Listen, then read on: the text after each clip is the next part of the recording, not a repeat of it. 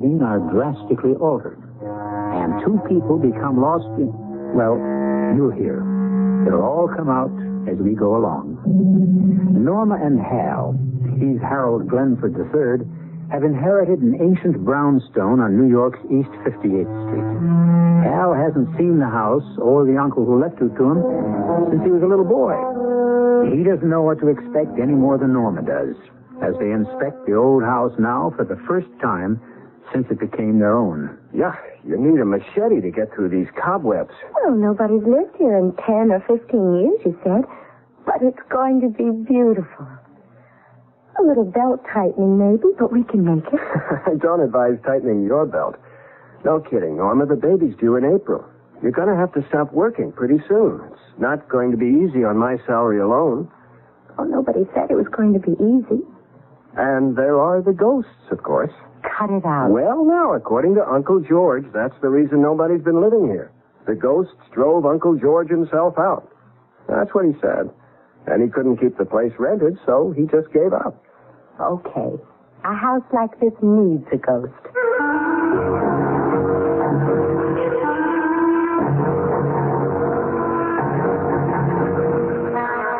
Our mystery drama, The Fatal Connection, was written especially for the Mystery Theater by Fielden, Farrington, and stars Jennifer Harmon and Nick Pryor.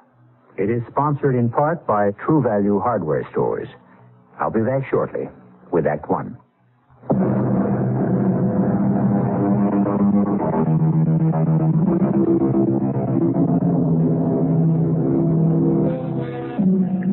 Many scientists and philosophers see time as a road along which we pass, or a river along which we drift, the future waiting for us just around the bend ahead, the past obscured but not obliterated by the turn we just made.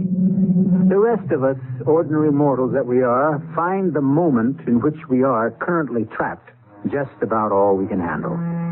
Norma and Hal Glenford have moved into their old house on East 58th Street. The furniture from their former three-room apartment only half fills the first floor. The second floor and the attic-like third floor will have to wait. Except, Hal, we'll have to have a nursery. You know, our baby's bedroom. You stand there, the living proof of it. And there's no place for it on the first floor, so we'll have to find a place on the second floor, right? Logical. Then our bedroom will have to be on the second floor, too, don't you see? I mean, we have to sleep on the same floor with the baby. Hey, you're right. I hadn't thought of it before. The back room on this floor makes a very small bedroom anyway. We could use it as a sort of, I don't know, music room, a study or whatever. You make us sound very prosperous. We will be. Lawyers are always rich when they get a little older. I like the sound of that, Norma. Doesn't make any sense, but I find the simplicity of it comforting. So shall we go upstairs and see what's there for a bedroom and a nursery? Okay. I'll go first and clear away the cobwebs. Oh, we'll carpet this stairway.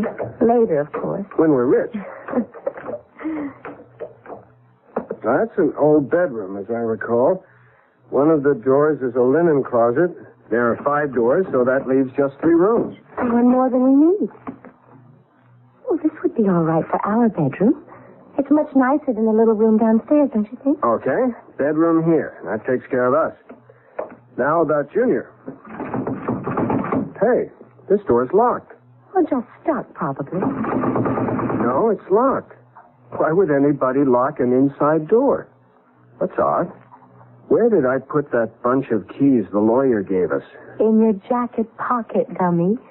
You think maybe there's a treasure hidden in that room? Or ghosts. It's been locked for a while.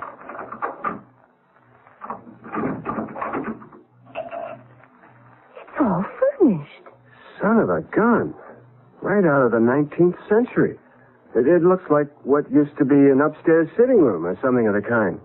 Oh, Hal, just look at that secretary. It must be 100 years old, and it looks just as solid as... Oh, my gosh, a telephone. One of those old wall phones. I've seen pictures of them. Shouldn't it have a crank? Oh, I'd like to furnish the whole house just like this. You know, everything to match the house itself. I wouldn't change a thing in here. Well, I could live without the cobwebs and the dust. Well, I'll speak to the upstairs maid about it. Good help is so hard to come by lately, my dear. Have you noticed? Oh, I have indeed. It's the times, I'm afraid. Everything seems to be going to pot. What? Darling, would you believe it? The butcher today wanted 18 cents a pound for steak. Just plain old beef steak. 18 cents a pound. Well, we might as well eat at Delmonico's if it costs that kind of money to cook at home. Oh, let's, shall we? This evening? Well, why not? I'll order a hack. Excuse me, my dear. Operator, I'd like a hansom cab sent to 621 East 58th Street at once. At once, understand? We'll be going to Delmonico's. Let's go back downstairs where the 20th century is and see if there are any hot dogs in the refrigerator.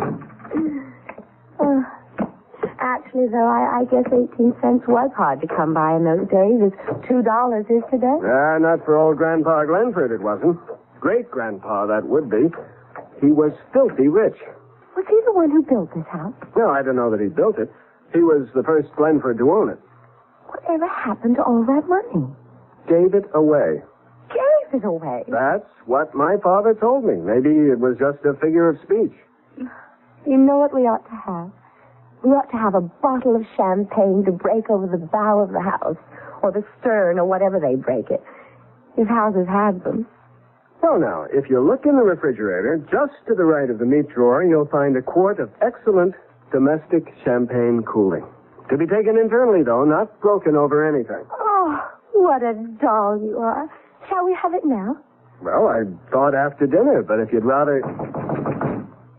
What was that? Well, it sounded like somebody at the door. Well, what's the matter with the doorbell? I don't know. Maybe it's broken. Maybe somebody likes the knocker better. I'll see who it is. Yes? What can I do for you? Your hansom cab, sir? For Delmonico's, I believe? It was a joke of some kind, Norma. Who played it if it was a joke? I mean, who knew you made that nutty pretend phone call upstairs? I don't see how it could be a joke. Well, then, a coincidence. There are hansom cabs still operating over at Central Park. Oh, sure. And one of them just happened to drive all the way across town. And as long as it was in the neighborhood, the driver just thought he'd knock at our door and tell us our cab was here to take us to Delmonico's. Oh, come on, Hal. Well, okay. You explain it. I can't. That's what's bothering me. Well, you don't think... No, you surely don't think... No. No, of course I don't. What did the driver say when you sent him away? Well, something about it was a funny mistake for the office to make if I didn't order a hansom. He was grumpy about losing a fare. Did he look like a real hansom cab driver? I mean, did he look like somebody you've seen driving a hansom around the park today, or was he, well, you know, dressed like the real old-timey ones? I didn't really notice. Look, now, why don't we just forget him? Why don't we just have dinner and see what's on TV and drink our champagne and go to bed? I've got to go to work in the morning, even if I do live in a mansion. Especially since I do.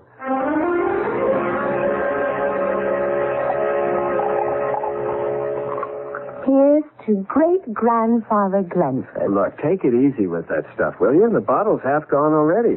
You're a novice at this, remember? And here's to hansom cab drivers everywhere. Hey, you know what we ought to do? There isn't any more champagne, if that's what you mean. I only bought one bottle. No. What we ought to do is something about that phone upstairs. Yeah, like have it taken out. No, I want to order something. A new dress. Something like that. I mean, if they send over cabs when you order them, why not? You'd better let me finish this bottle. Bring it upstairs. Come on.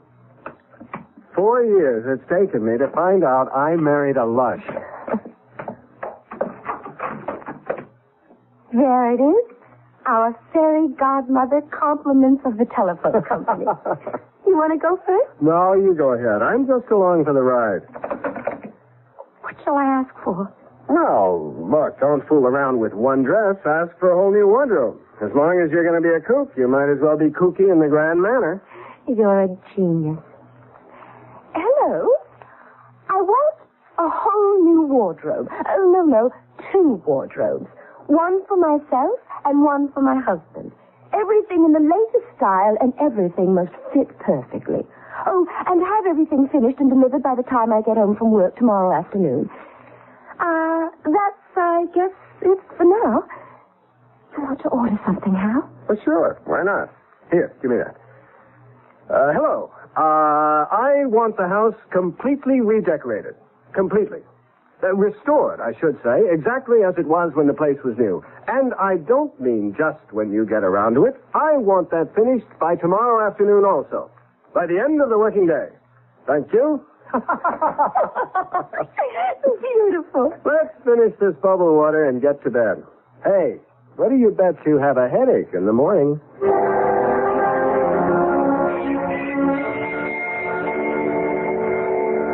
You'd have lost that bet. No headache. All I want is a cup of coffee, though. Me too. That's all we have time for anyway. Well, pick me up after work this afternoon. Sure. I may be a little late, though. That's okay. A secretary's work is never done.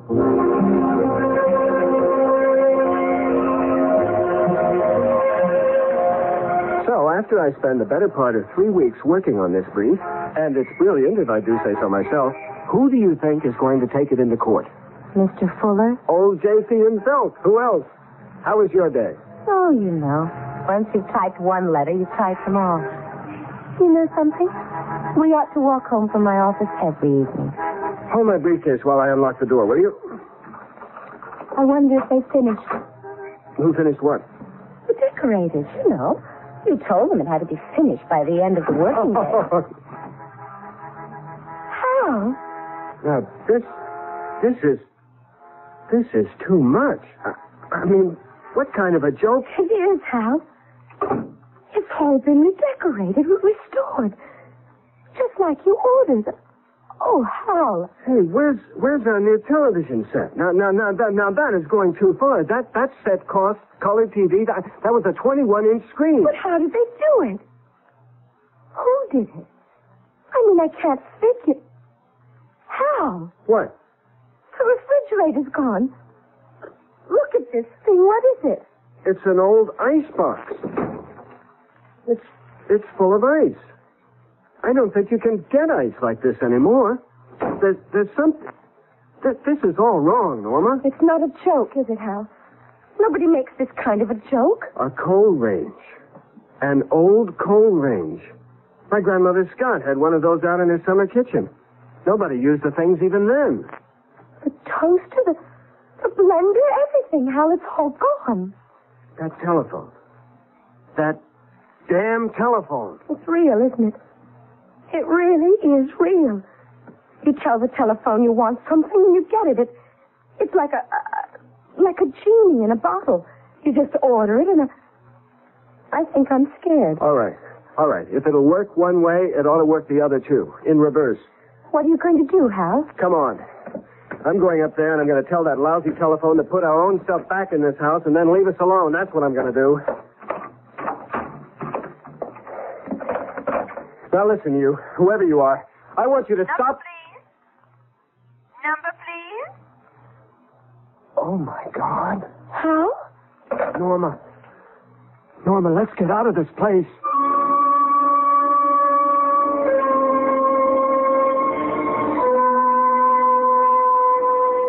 A telephone, redecorate and completely restore a 19th century house, and all in the course of an 8-hour day?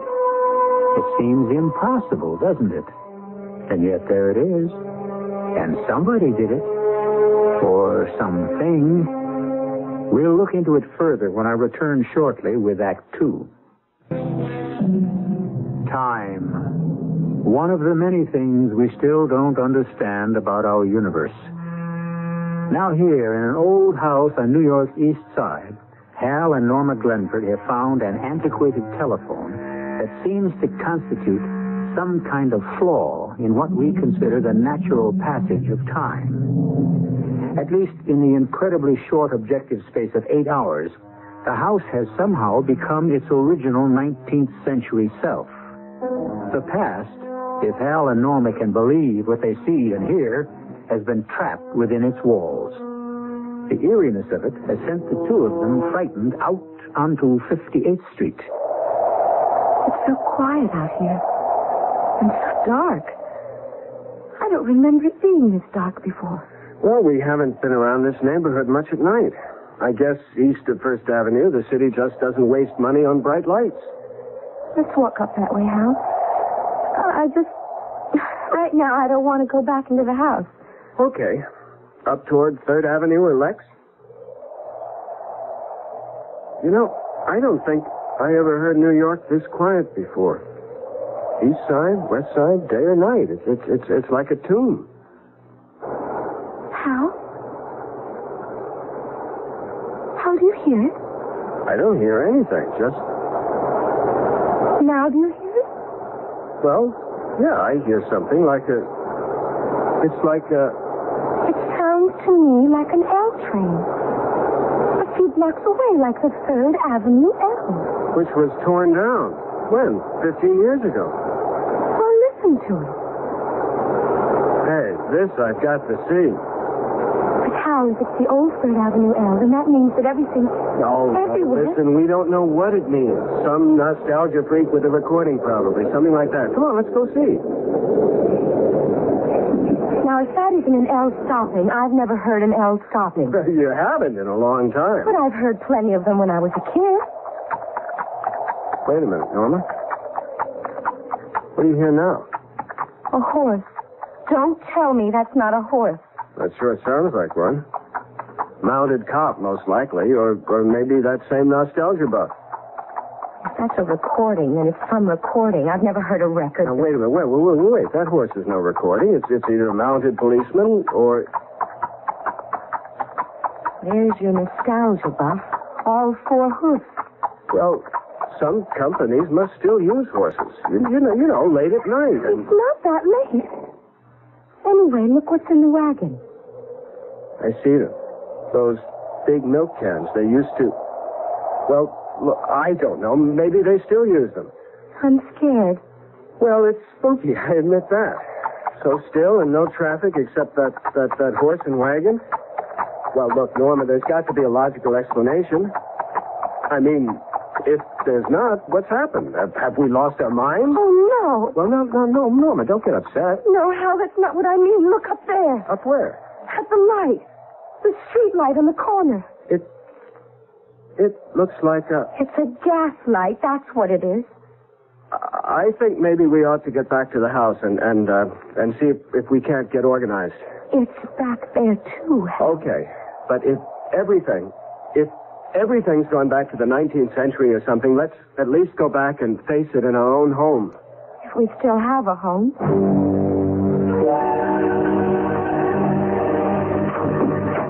The key seems to turn easier. What if there's somebody in there? I mean, we didn't live here, and... Oh, what year do you think it is, Hal? It's... Oh, Lord, I'm so mixed up. How can it be anything but 1974? That's what it is. Or was, or will be. Now, we've got to stop this foolishness. The first thing we need is some dinner. Maybe with some good, solid food inside us, we can take a more reasonable view of this mess. I don't know how to cook on a coal range. I don't even know how to make it burn, do you? Well, we were lucky there was some stuff in the icebox already cooked. I wonder who cooked it. Maybe my grandmother. What do you suppose happened to them? Your great-grandmother and grandfather. Are they supposed to be living here? Are they going to come walking in and... Listen, what's that? It's that phone upstairs, Hal. You mean the one that... Oh, Lord. Let it ring, Hal. Just let it ring. I can't.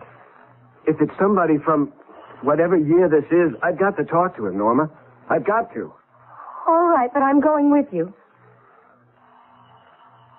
They put carpet on the stairway. Or had it on the stairway, whichever. Hurry up, will you? I don't want whoever it is to hang up before we get there. It's actually a new house now, isn't it? You don't see the signs of age anymore. It doesn't look like 1,000 coats of paint on everything. Hello? This is Bill, Harold. Where have you been all day?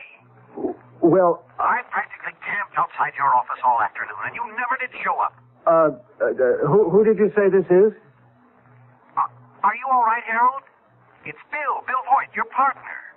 Oh, yes, of course. I was wool gathering. I guess you were. Listen, I've got to talk to you bright and early tomorrow morning. You're in a jam, Harold. A jam?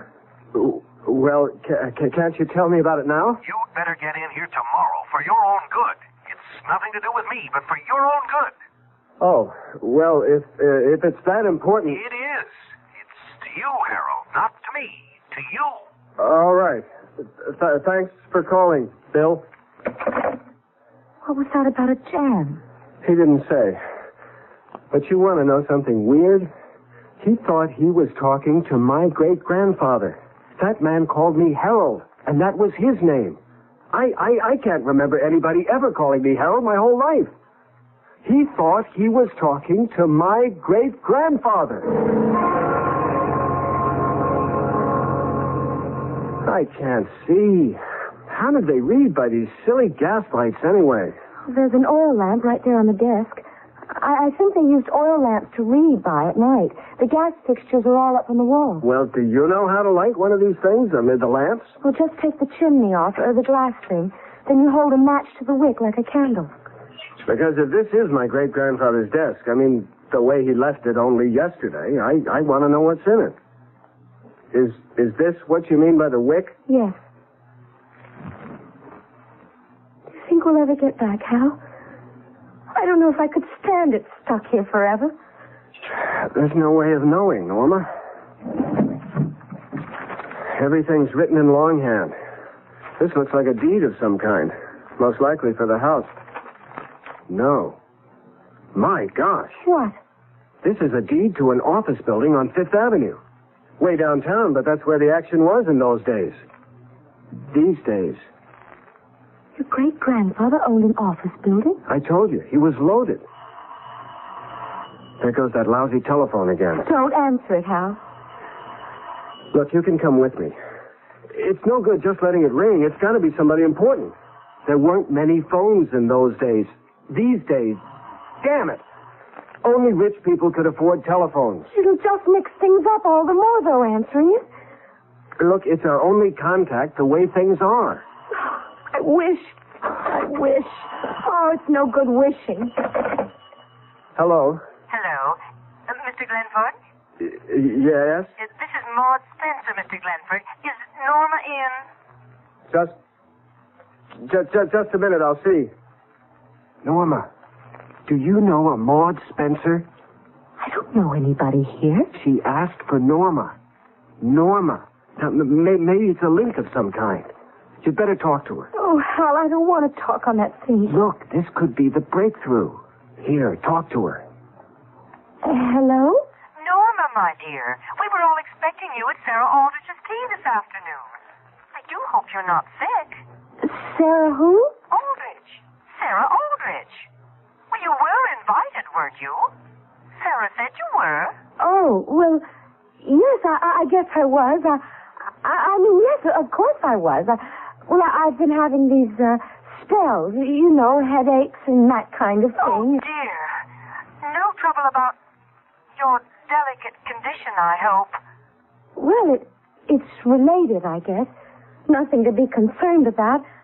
I'm just supposed to get a lot of rest, you know, stay at home and take it easy. Oh, dear. Is there anything I can do? I'll come and see you tomorrow afternoon. No, don't do that. What? I mean, I'm sorry. I didn't mean it the way it sounded. All I meant was I'm perfectly all right. I really don't need a fuss made over me or anything like that. It just isn't necessary. That's all I meant. Well, I'm sure I have no wish to intrude where I'm not necessary. I wish you wouldn't. Hello? Hello? She hung up. It wasn't anyone you know? No. I was supposed to have gone to Sarah somebody's tea this afternoon and didn't show up. Well, it could have been the breakthrough.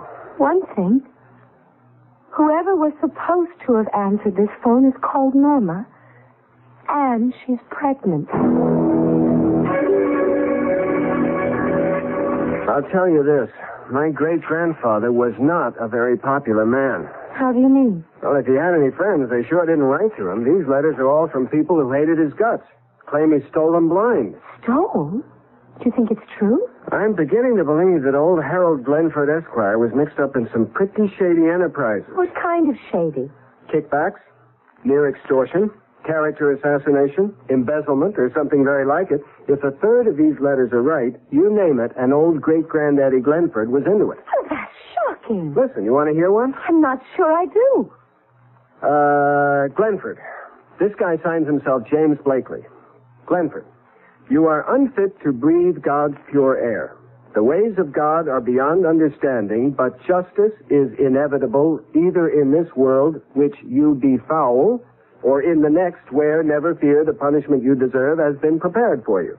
To hasten you into that world would be an act of the highest nobility. If I do not do the deed myself, rest assured that another will in good time. Wow. A sample. Only a sample. How? Well, what is it? Look at this. It's a... This is a picture of you and me. That sure is what it looks like. But in those clothes? Where did you get this? In this desk drawer. Look on the back. Mr. and Mrs. Harold W. Glenford on the occasion of their wedding, June 18, 1894. And look at those signatures. Except for a couple of curlicues, they're yours and mine. I can't help it, Hal. I'm scared. I don't see how it's possible, but it must be. I have somehow become my own great-grandfather. Not only that, but you're my great-grandmother, and that child you're carrying, due to be born next April, is my grandfather. Paradoxical? Well, yes, of course. You presuppose paradox the moment you start moving about in time. How do you know you aren't your own great-grandfather or grandmother? If tomorrow you found an old telephone in your attic, well, how do you know? I'll return shortly with Act 3.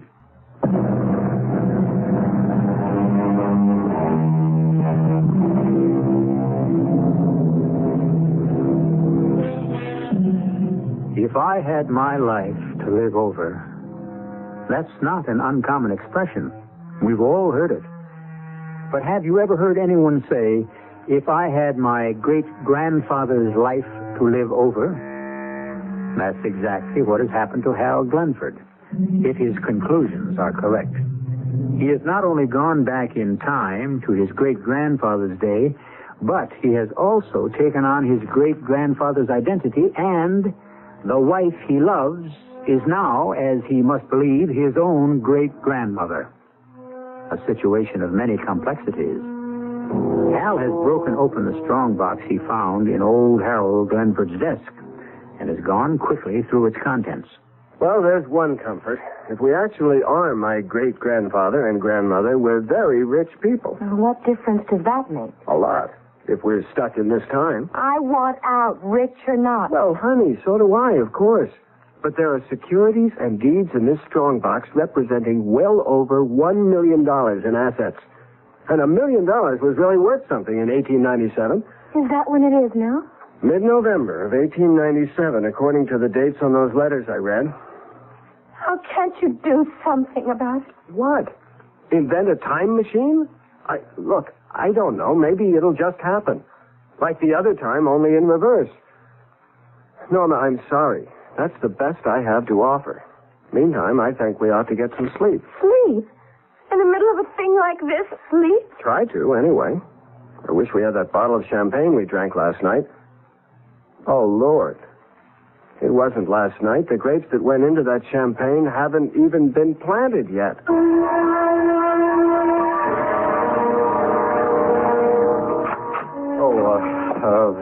Hello there. I'm sorry. I didn't realize you had someone in your office with you. Never mind. I was just leaving. Sit down, Harold. You were wise to shave off your beard.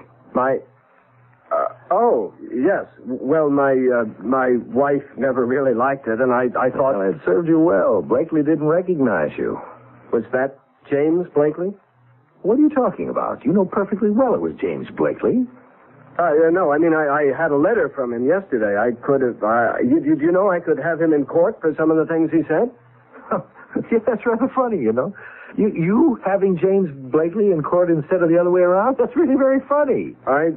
I don't think I know what you mean. Well, that's neither here nor there.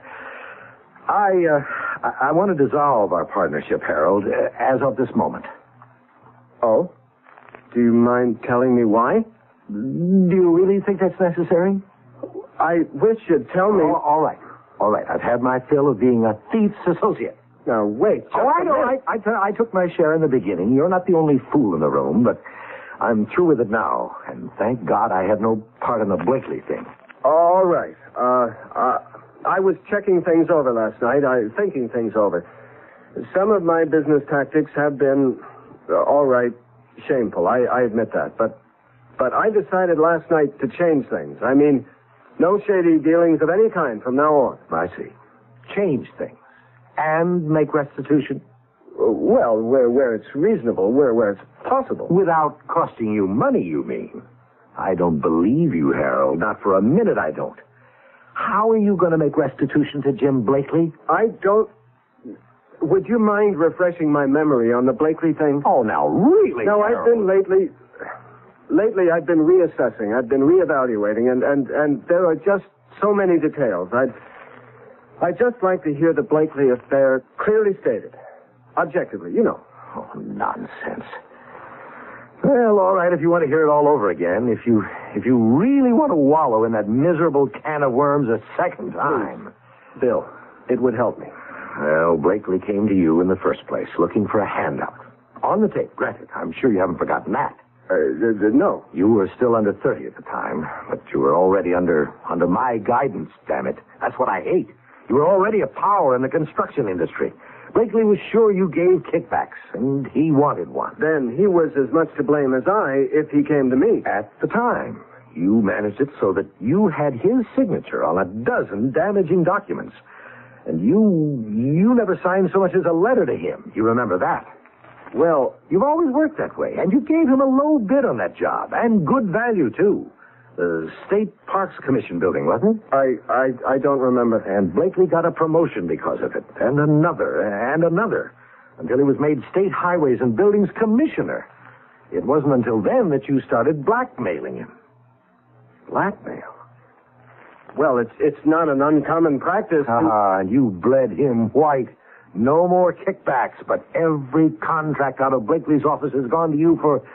What's it been, 2 years now? Well, if I put him where he is in the first place... They've caught him, Harold. He's going before a grand jury next week, and they'll indict. He's finished. There isn't a shred of evidence against you except his word, which, of course, isn't worth a tinker's damn now. You never signed a thing, did you? A man who signs damning documents is nothing more than a fool, like Blakely. Well, does that refresh your memory? It puts things in perspective. Well, as I've told you, I'm very happy that I had anything to do with the Blakely business. Right now, he's thinking about killing you. No, seriously. That was just what he was telling me. Oh, God. What's the matter? Nothing. I just remembered something. I'll have to leave now. There's something I must do. But before you go, about dissolving the partnership. I don't know how you feel about it, but Anything you say. It doesn't matter. We'll do it any way you like. It isn't important now. Hal?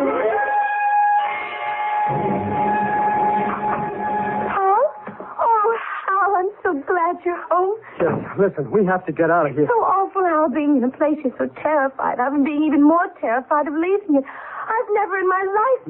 Norma, we have got to get out of here. Out of here? Where to? I mean, altogether out of this time. We've got to get back to the 20th century. Hal, something's happened, hasn't it? No. Yes. Norma, there's no time now. Let's try the telephone again. I want to know. Tell me, Hal. Tell me. Number, please. Listen, I want you to get off the line. Do you understand? I want you to just unplug yourself or whatever it is you do and just get off the line. Just for a minute or two. Will you do that, please? Number, please? Oh, for God's sake, shut up. If you can't get off the line altogether, at least shut up. Don't talk. All right. Listen, you, whoever you are, we have had enough of this nonsense. We want to go back to the 20th century, and we want to go back now. You're the one who got us into this mess. Now get us out of it. Do you hear me? Number, please? Hal, what are you doing? Pulling the wires out of the wall, can't you see? I'm trying to get this lousy telephone back the way it was when we first moved in here. All right. Can you hear me? You in there in your damn stupid telephone? I want you to put us back. Do you hear me? We didn't ask to be brought here. We're not responsible for anything that happened before we got here. We want to go back. You can't punish me for something my great-grandfather did. Do you hear me? All right, don't answer. You don't have to answer. Just do it. I don't know what else I can do. Hal, the phone isn't hooked up. You pulled the wires out of the wall. It wasn't hooked up before when all this started. Maybe it'll work. Maybe it'll get us out of here before... Before what, Hal? Okay. Come on downstairs. I guess you'll have to know. And he's threatening to kill me. Blakely is. That's what my great-grandfather's esteemed partner told me this morning. Well, then what are we sitting here for? We have to get out of this house. It won't do any good, Norma. It will. There must be 1,000 places to hide. You're just a sitting duck here. No, there's no hiding place but the 20th century. Back where we're really Hal and Norma Glenford. There's no hiding place at all in this century. I just don't know what you're talking about. The thing is, I remember now. I remembered while I was sitting there in Boyd's office. Remember what? I remembered hearing my grandfather. Was he my grandfather or my son? I remember when I was just a little boy hearing my grandfather telling my father about it. About what, Hal? My great-grandfather was shot to death by a business associate. By a man he'd cheated, ruined. That's what my grandfather told my father. All right. That was your great-grandfather. But it's already happened. To whichever one of us was here, it's already happened. It can't be changed. I don't believe any of that. I don't. I want you to do something. I've done all I can do. It's up to that telephone upstairs.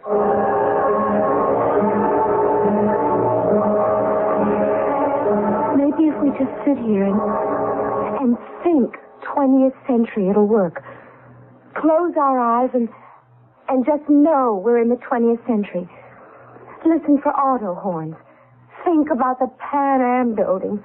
Try to decide what we'll watch on TV later. Breathe the polluted air. Mightn't it work, Hal? It couldn't hurt. Close your eyes. That'll be Blakely. Don't answer it. Do you think I'm crazy? Now listen to me.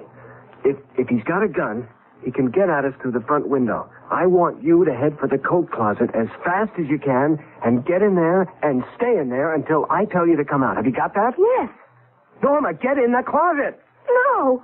Not as long as you... Get down, Norma. Get down on the...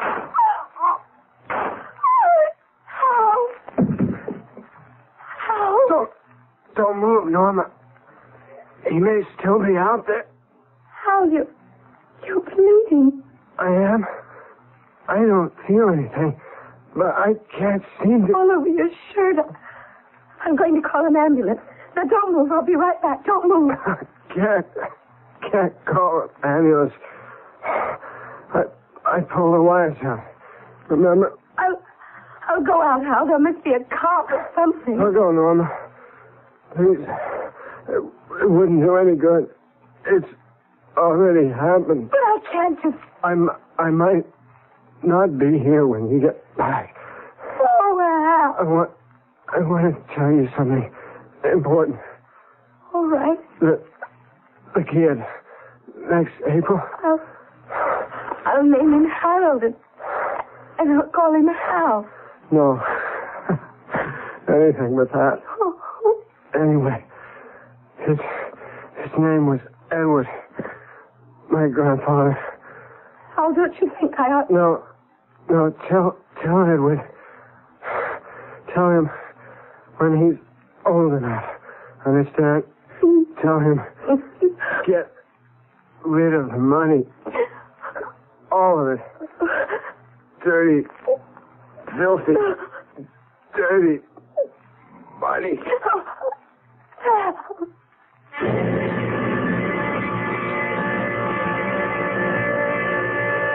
Justice must be served. That goes without saying. But how many times? It's unlikely, of course, that anyone listening to me at this moment will ever find himself unexpectedly living in the 19th century. But just in case, how much do you really know about your great-grandfather? I'll be with you again in a few minutes.